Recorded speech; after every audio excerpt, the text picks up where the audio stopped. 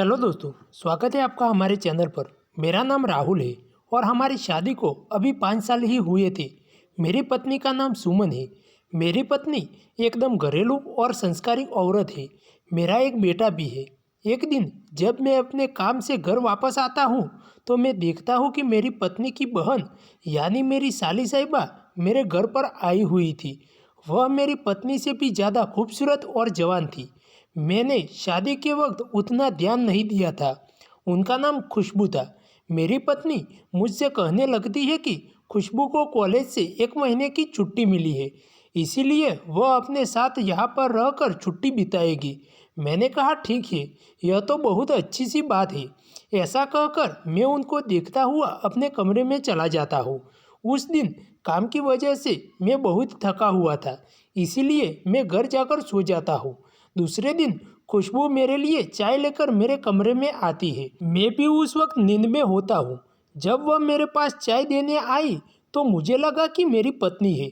मैंने उसे पढ़कर अपने पास खींच लिया, जो मैं अक्सर अपनी पत्नी के साथ किया करता था। मैं उसे खुश करने में लगता हूँ और वह भी मेरा साथ देने लगती है। फिर मुझे पता चलता है कि वह तो मेरी साली है, तो मैं उनसे माफ़ी मांग लेता हूँ। मेरी साली को इस तरह पढ़ने की वजह से मेरे पूरे शरीर में बिजली सी दौड़ गई थी।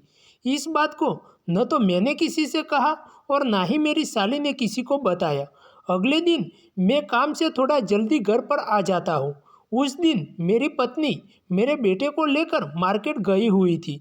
मुझे लगा कि मेरी साली भी उनके साथ मार्केट चली गई होगी, इसीलिए घर पर कोई भी दिख नहीं रहा है। मैं अपने कमरे में जाता हूँ और सीधा बाथरूम में चला जाता हूँ।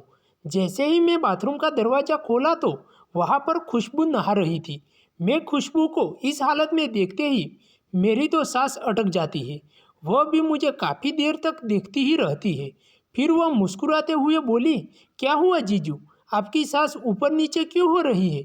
आप तो ऐसे देख रहे हो जैसे ऐसी हालत में किसी को नहीं देखा होगा। मैं जल्दी से बाथरूम का दरवाज़ा बंद कर देता हूँ और उसे कहता हूँ कि दरवाज़ा अंदर से बंद करके नहाया करो, और उससे सॉरी बोलकर वहाँ से चला जाता हूँ। उस रात मेरे दिमाग में उसके बारे में ही ख्याल आते रहते थे। उसको मैंने जिस हालत में देखा था वह बार बार मेरे दिमाग में सामने आ रहा था। इसी कारण से रात को मैं अच्छे से सो भी नहीं पाया था। लेकिन एक बार मुझे हैरान कर रही थी कि इतना सब कुछ होने के बाद भी मेरी साली को कुछ भी बुरा नहीं लगा था और उसने अपनी दीदी को भी कुछ भी बताया नहीं था। फिर कुछ दिन तो ऐसे ही गुजर जाते हैं। अब वह मुझे हमेशा मेरी तरफ कुछ अलग ही नज़रों से देखती थी।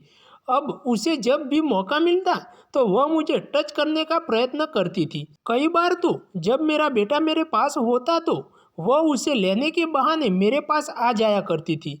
मुझे उसका यह सब करना कुछ ठीक नहीं लग रहा था, लेकिन मैं इस पर बहुत ही ज़्यादा ध्यान नहीं देता था। फिर एक दिन मेरा बेटा बीमार हो जाता है तो मेरी पत्नी उसे अस्पताल चेकअप करने के लिए ले जाती है। उस दिन रविवार था और मेरा भी काम पर छुट्टी थी। उस दिन घर में मैं और मेरी साली अकेले ही थी। मैं अपने कमरे में बैठकर टीवी देख रहा था। तब खुशबू मेरे पास आकर बैठ जाती है और मुझसे कहती है कि जीजू, क्या आप मेरे सर पर हाथ लगाकर देख सकते हो कि मुझे बुखार है या नहीं? तो मैं वो अपना हाथ उसके सर पर रखकर उसे चेक करने लगता हूँ तो उसका सर बिल्कुल ठंडा था। जब मैंने उसे बताया कि तुम्हारा सर तो बिल्कुल भी ठंडा है, तो वह मेरे हाथ को अपने सर से हटाकर पाइप को निकालकर तैयार करने लगती है। फिर मैंने भी उसे